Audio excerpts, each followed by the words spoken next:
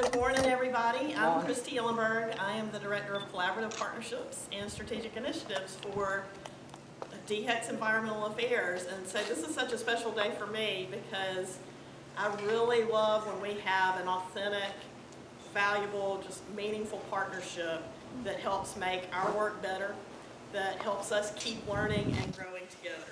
And so today is a really special day where we get to celebrate one of our most authentic, one of our most meaningful partnerships that we have as part of DHEC's Environmental Affairs. So this morning we're going to hear from Administrator Daniel Blackman, and then we're going to hear from Myra Ruiz, who is our Director of Environmental Affairs for DHEC. And then we will be making sure that we honor Queen Quet this morning.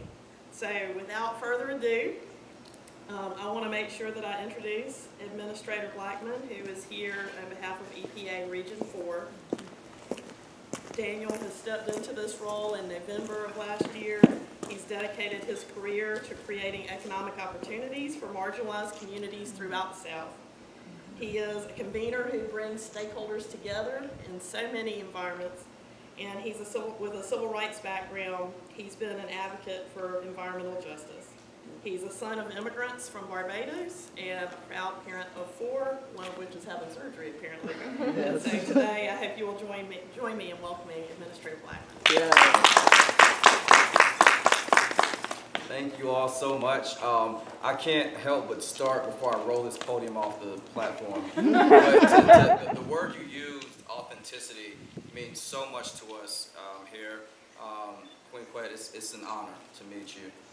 My family's journey here is by way of my grandfather, who served as a diplomat to the United Nations, and his service to this country and to Barbados ultimately is why my father traveled here. So historically, one thing that I like to say is that I'm able to trace my ancestry directly to Barbados and then subsequently to West Africa. So for those of us that have ties to the diaspora, that have family in the Caribbean, and even our Afro-Brazilian brothers and sisters that exist, it's so important to be here. And I want to thank Myra, who has been such a tremendous honor. When you come into a position like this, many of us know that the position that I hold as a presidential appointee, we come and go. We're here 1 minute, and the next minute an administration changes, and you either hit reset or you kind of like the person you're around. Right. And I like Myra a lot. She's challenged me, she's pushed me, and she's the reason that we made this a priority outside of the many work that we know you do. And I came today to give remarks to make sure that you knew that we're not only a partner, but that you have our full support. And as long as I'm the regional administrator for Region 4, South Carolina will not only be a priority, but we look forward to, as Myra put it earlier, coming back. Because this is one of my favorite places to visit, being a Georgia boy. It means a lot to come to Charleston. Got some friends in Columbia and in Kiowa, and so trust me, I know the area and I know y'all's food. And so now I got something for St. Tell Narland so you can get something for Nam for next time when I come. We'll keep it. So I wanted to bring remarks from Region 4, and I want you all to know that I want to acknowledge my colleague Susan Park. I want you all to know we're on 3 flights today. This is the first flight that we've taken because it was important for us to be here. In the era of COVID, we understand that this connection has to continue to grow. The human connection is what makes us not only take our responsibilities and our opportunities more seriously, but it allows us to know the importance of working together, being good partners, but more than anything else, the tie that we have in humanity to honor the land and the water and the air and so many areas that we've inherited. There's a Native American proverb that actually says that we did not inherit the planet from our ancestors, we borrowed it from our children. That's right. And so as the father of 3 boys and a young girl, I understand fundamentally the importance of what we have inherited and what we must be responsible to take care of. So thank you for the invitation here, and I want to make sure that you again know that it's an honor to be here, Queen Quet. I would also like to thank Myra Ruiz. Again, Myra publicly and privately has been a friend, but has also nudged me a little bit when we needed to do a better job at EPA. And I want to bring greetings from Atlanta, from Region 4, from President Biden, but also from Administrator Regan. But I want to make sure that you all understand that we're only as strong as our partners. We're only as strong as our allies and those of you who allow us to be able to be here to serve you. When I entered into this role almost 3 months ago, and I'm sorry, ma'am, in the red shirt, what's your name? I'm Christy. Chrissy? Yep. Thank you for that kind introduction. But as Chrissy mentioned, I haven't been in the role very long, but my background is steeped in the civil rights community. One of my mentors, Reverend Joseph Lowry and Congressman John Lewis, Yes. who I met at 19 years old. I do not think I would ever have been in a role like this if I had not had a combination of a civil rights background, but then also the catastrophic challenges that we saw during Hurricane Katrina. I didn't understand why Hurricane Katrina happened. All I knew was that it was a lot of people that looked like me, that looked like my children, that looked like my family, and we were pretty much seen as climate refugees. We weren't seen as scientists or meteorologists or conservationists or environmentalists. We were seen as the victims of a terrible storm. I was never able to connect because of my matriculation at Clark Atlanta University. Shout out to our HBCUs, 69 of which are in Region 4. I was never told of being an engineer to work with the Army Corps. I was never told about working as an executive director for a nonprofit, or I was never introduced to people like Myra who work and has made a commitment to this type of capacity for us to be able to do the right thing for our communities. So I came into a position with a combination of civil and human rights background, but then also a fierce urgency, as Dr. King put it, to choose and to decide between community or chaos. And I think that what the environmental crisis and climate crisis has shown us is that if we don't do anything now as a community, then as the saying goes, we can live together as brothers and perish together as fools. And so I bring greetings from my region, and I thank you, and I hope that the next several years that I'm able to serve, I can grow, learn, and earn your respect. One of the first conversations that I had with Myra ended with her asking me, when can we get more access and support for our communities? That's the kind of person you guys have here in South Carolina, to know that it's a priority for EPA to not only continue to be a good partner, but I would be remiss if I did not shout out Region 4, Yes. which from the time that I've gotten here, I've heard how many rock stars I have. That's So right. I'm going to be very public in saying that I'm not going to allow headquarters to take my rock stars. I think you've done a great job, and I hope that we can continue to earn your respect and the commitment that we've had in this area. It helps to have advocates and partners who want to make sure that communities across the South are safe and healthy. It also means a lot to know that the Gullah Geechee people, similar to the people in my native home of Barbados, St. Michael's Parish, have ties and connections to the land and water that sustain and feed them physically and spiritually. Coastal living, as we all know and you all experience every day, is a different type of living. And it's a paradise within itself. Yes. You don't have to remind me of it, because to know and have family that have told me stories of areas that I've only gotten to visit a few times, and to have an aunt that has recently passed away in Barbados that lived off of the land and the water and farming and agriculture. It means a lot to know that it was passed down to another generation, including my brothers and I. The vitality of this very being that we celebrate, unfortunately, has become threatened as coastal lines are disappearing from the impacts of climate change. In addition, threats to our water quality and the potential impact of food sustenance underscore the critical need to focus on coastal resiliency. What I know more than anything else is that this resilience we're talking about is the very essence of how we connect with our surroundings. Why wouldn't we work to pour everything we have into making sure it's healthy and viable for the next generation? And that's what gave me the reasoning to start off with that Native American proverb that I really want you all to remember. We don't inherit this planet from our ancestors. They've turned it over to us because we are borrowing from our children. Every generation that comes after us wants to know that we're passing something on to them.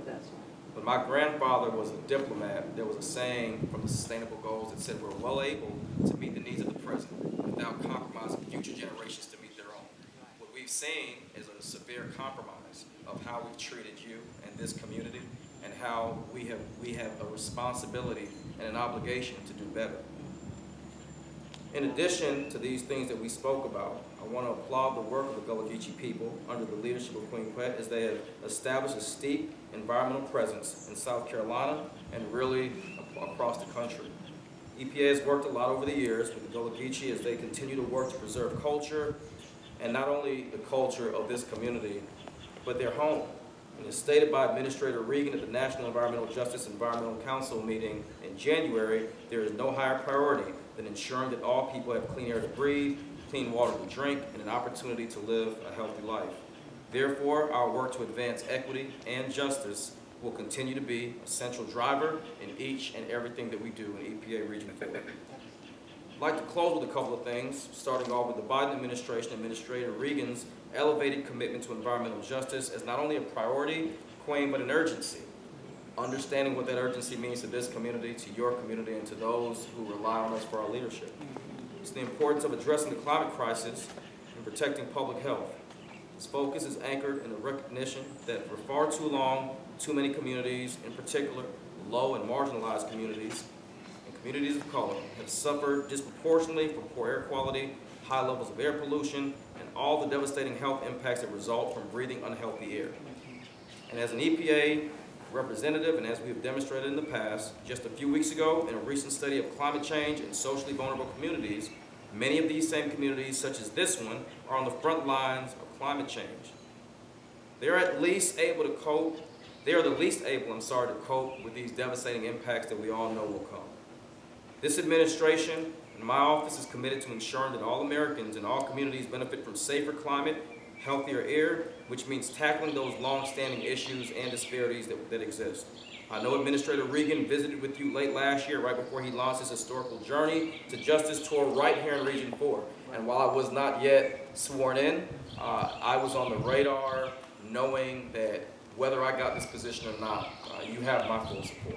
And I want you to know that it's not the title as a regional administrator, it's my commitment as an individual that has ties to this community, but also as a resident of the South that understands the dire impacts of climate impact and environmental injustices that affect our communities. So again, I'm honored to be in the position to continue this work at the highest levels. And Region 4 will continue to be here providing support through our regional programs. Thank you again, and congratulations on the Community Star Award. Thank you, sir. Cause, should I say cause? Thank you, cause. Thank you so much. Appreciate it. All right, good morning again, everybody, and Regional Administrator Blackman. I want to thank you again for being here today, and I especially feel very honored already to, I feel like be a good friend of yours. I think, when you meet people for the first time, Queen, you can kind of pick up on a kindred spirit and a good heart. And I felt that way since day one when I met the new regional administrator. And Region 4 is in a good spot having a leader like Regional Administrator Blackman here. And I just want to thank you. I know you've got an extremely busy schedule, but you, along with Queen, know how important this is for us to come together and celebrate and show our commitment and support for our communities and for environmental justice. And we all been saying the same thing. Building these strong relations and trusted relationships can be transformational for a community. Absolutely. And people don't realize how important that is to connect the dots. Right. It's going to be great for this community that Queen and Daniel and I have good, trusted, strong relationships where we can pick up the phone. Y'all know my staff. You can pick up the phone, call Keisha, Christy, Tiffany, Beata.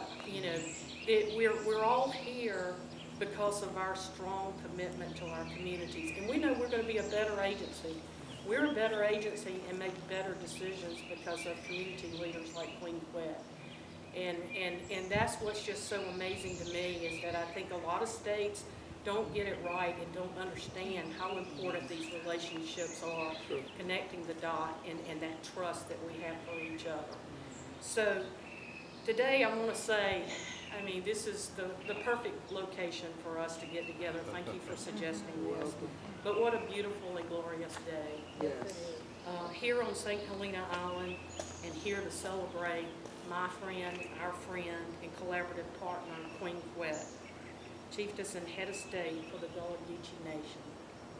We gather today at this sacred place, surrounded by oak trees that have seen hundreds of years pass, hundreds of years that the Gullah Geechee people have connected with this land. fished these waters, overcome so many storms and challenges, and still continue to vibrantly share an honored culture and strong voice. Queen, I think you often say, and make sure if I don't get this right, I'll help you out. That we have to take care of the roots to heal the tree. One must take care of the root for heal the tree. There you go. In this community, and many community leaders like Queen Quet and others, in our minds, are really the root that reaches out, sharing her voice and her wisdom from St. Helena to strengthen so many efforts, guide so many conversations that lead to positive and hopeful outcomes for the Gullah Geechee Nation across the Palmetto State as a whole. Queen Quet has done so much for her community, our state, and our nation. Everyone knows who Queen is, and certainly are aware that back in '96 she founded the Gullah Geechee Sea Island Coalition to help her people safeguard their rights and way of life. Since that time, she's published volumes on the Gullah Geechee culture, received hundreds of awards, including the Order of the Palmetto, our state's highest civilian honor. But I'm here today because I've seen Queen in action firsthand for many years. And really this goes back to our decades commitment to environmental justice. Queen, you remember working with Nancy Whittle. Sure do. Remember working with Karen Sure Sprayberry. do. Now we have Keisha Long. Yeah. We continue to have that deep commitment and support for our communities. Queen is always willing to ask the tough questions, which we appreciate that. We know we're going to be a better agency because of those tough questions. And to also to offer her ideas, the best ideas. And I can give you an example, Daniel. Recently, she was very instrumental in our response with the COVID pandemic. And she was mentioning to us that, there were a lot of myths out there and that we needed more outreach information. And sometimes, agencies can make decisions internally for communities saying, well, we know what the community needs. And Keisha and I kept going back, saying if there's one person that can really tell us what the Gullah Geechee Nation needs, it's Queen Quet. And she worked with us very closely on one of our best products that we put out as an agency, trying to address those myth busters and making sure that the community folks here were best informed and best prepared to deal with COVID. So your suggestions, Queen, guided and changed how we communicated to communities statewide about COVID-19. And you also been a key part of our EJ Strong program, looking at improved preparedness and response during emergencies with our grassroots partners. And Regional Administrator Blackman, I'm not sure if you're familiar yet with the EJ Strong program we have, but it really is empowering our communities to be better prepared for natural disasters, know how to stay safe during an event, but more importantly, come in on the tail end after, during the recovery phase and be better than what they were before. And so Queen has been actively involved with Keisha and our folks with that program. Locally, Queen has shared information with those who fish these waters when there is an issue upstream with shellfish. She's also teaching future generations at local elementary schools about recycling and caring for the environment. In these decades that have seen such growth and sprawl in many corners of our state, she connected with local planning and preservation efforts to maintain St. Helena, its waters, green space, and its way of life with the St. Helena Island Community Preservation District. She's been an advocate for heirs' property rights and worked with our regional office to ensure protections for sacred burial grounds. Queen has also, her commitment goes way beyond her community. She's been part of national and international conversations as well on climate change and barrier islands. She was part of the UN Climate Change Conference and part of the Marsh Forward Advisory Board and Steering Committee of the Pew Charitable Trust. This means, Queen, that as we look forward to tackling climate change and environmental justice and many issues ahead of us that we're not even aware of yet, we will be working together with you to get to the roots of these concerns and learning from you and with you as well. So, Queen, you have received so many awards and accolades as an advocate for your culture, your dialect, and our environment. Today, this Community Star Award is very special to me. It's something that we started a few years back just to honor leaders across our state and folks who demonstrate, exemplify what it means to be a true community leader, to be engaged, and to be so committed to environmental justice and many other challenges that communities face. This is about how you always, as a friend and a collaborative partner to us as far as DHEC and environmental affairs. It represents how you are always going above and beyond for the environment.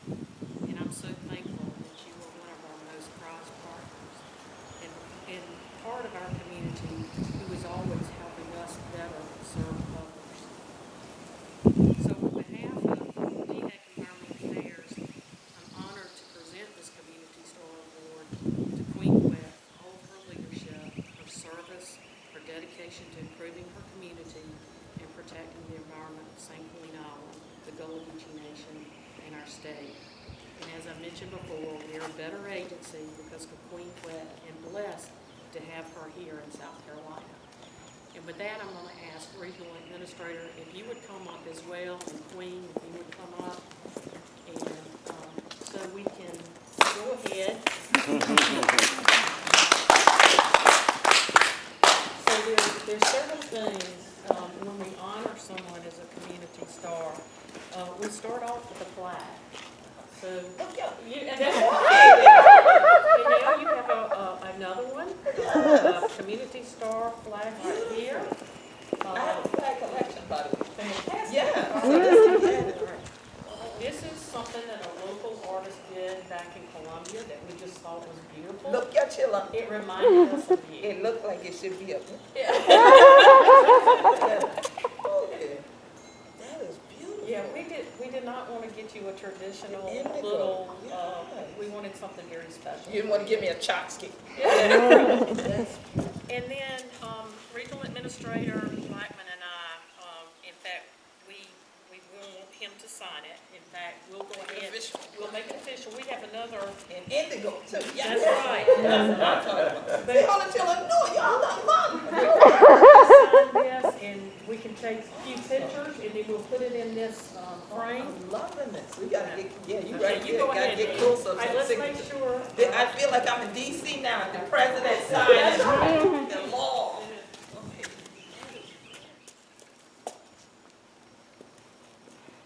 Good, we got it. All right, fantastic. Thank you, thank you. Oh, beautiful, another flag. Oh, where the drums from? Oh, thank you so much. I'm gonna get you a Gullah Geechee pen when you come for that grits. Let's do it. Yeah. All right. Congratulations. Yes, thank you, thank you. So I guess it's my turn Yes, now? ma'am. Yes, ma'am, your turn. I must say that I'm a person, y'all know this, Rob already, I believe in divine order. And I also, being Gullah Geechee, was raised to know you do everything decently and in order. So I feel like today, being Black History Month, this is one of the days of Black History Month this year, that receiving this is divine, it's decent, it's in order, because we have now added another page to Black History books for future generations, or Black History blogs, or whatever they'll be doing for future generations, but our story. And to have folks, like I said, I was telling folks, I said, they said they're bringing me folks, they bringing an award. I'm more intrigued that they're coming from Columbia to St. Helena, because there's been such a long journey where people in the Midlands, and in respect who we be and things like that, they read us and we crack we keep like this. They say crack and things like that, before and all that kind of thing. So when we spoke our own language in the Midlands, usually, we were deemed ignorant and backward, not worthy of any kind of honors. In fact, when Dr. King was here, you talked about John Lewis, God bless his dead, and I'm sure the two of them having a ball right now. They shout like we are, that here it is, that when he was here, someone actually put out a headline that said, can anything worthwhile come out of Frogmore? And that headline read Frogmore because St. Helena Island for generations was called Frogmore. Mail came to Frogmore, South Carolina, instead of St. Helena Island. But that was erroneous. It was inaccurate. It was incorrect. And I remember working with my chemistry teacher, Mr. Sherman, God bless the dead, who said, if we get in a new post office, they are going to be, I said, I know, accurate and precise. And I made an A in his chemistry class, and that was a rare thing. So he and I had a bond about science to the point that he would keep me in class during lunch. And I'm like, what? I ain't doing nothing wrong. He's like, no, you ain't doing nothing wrong. I need you to mix these chemicals for me. I'm like, excuse me? Everybody else going to lunch. You know, he's like, go get your lunch, bring your lunch back, and I need you in the lab. And I realized what he was trying to do was he was trying to encourage me to go in the direction of chemistry. But I ended up being a computer scientist and mathematician instead. But now, almost every day, I see him, I see Mr. Middleton, God bless the dead. I see a number of my science teachers that are no longer in this realm here. They're hopefully in this realm up there. They're in the realm of the ancestors who would push me to do things like write about soil conservation, water conservation. And I won contests for our region here. At the state level, I won. And then they said, well, now you're going to the region. And I'm looking like, I didn't even want to do any of that. They made me do it. And they would say, you going, because you're going to represent us. So it's almost every day now, when I see a tweet, I see a Facebook post, it's about the environment, it's like I see one of them. And I think about what Mr. Sherman taught me, be accurate and precise. And so I'm happy, I'm elated, I'm glad for day of the day to say that folks not only in the Midlands now respect St. Helena or Frogmore, whichever one on the children won't call them, even though I did for the real Frogmore, but one Frogmore did for the island. Okay, the whole island is not Frogmore, but I am from Frogmore, Dr. White and Palawan and Dato are where my family's roots come from. And I could just see my ancestors gathered right here with us right now amidst this sweet grass, shouting, smiling, rocking. You know how they do, rocking. Gal guano! Because it's a blessing and an honor. And there's no award that I receive that's just for me, if for we. As we be Gullah Geechee anointed people. So trust and believe me, I'm going to keep on firing off my emails to y'all for South Carolina EJ Strong to continue our strength together, to continue to work with DHEC. I'm looking forward to us removing these underground tanks from the soil. I know that sounds crazy, but that's why I told y'all about my chemistry thing already. So y'all know why I would get excited about removing underground tanks, because I know them will heal the land. And being a person of the spirit, I know that's all God's waiting on. For the righteous people to humble themselves, cry out, pray, and God will heal the land. But God ain't going to just touch down and do that, because we already have God within us. So we are God walking here on earth. And we have a lot of work to do. From St. Helena to Barbados, we going to do this show. So the other coastal community and things like that did it. And especially the heritage what did it. That we can still have things for them from the land, whether the USDA did it or not did it, that we still did it. They still farm this show. They still harvest from the water and things like that. And so even when I've been a sit yonder, and the yeti will 100 children in the crack it and say, a song wouldn't leave my soul. And most of y'all know that's what ends up happening. If I get up, I'm going to start singing. It ain't necessarily planned, But as I sat there, a song that I love kept coming to mind, and I kept saying, that's not a Gullah Geechee song, though. Why? Go away. So I'm just going to do a little bit of it because all of you being folks that work all the time to protect the environment, I think you would appreciate this like I do. There is a place we'll go where there is mostly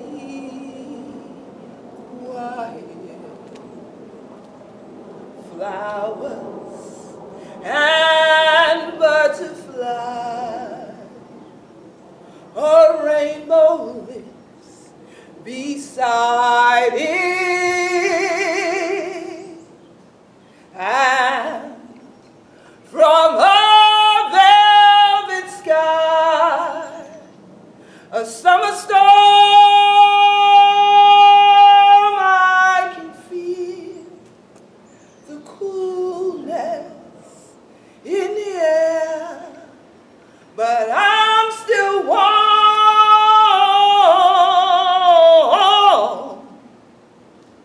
And then a mighty roar will start the sky to cry, but not even lightning will be frightening my lions, and with no fear inside, no need to run, no need to hide, you're standing strong and tall, you're the bravest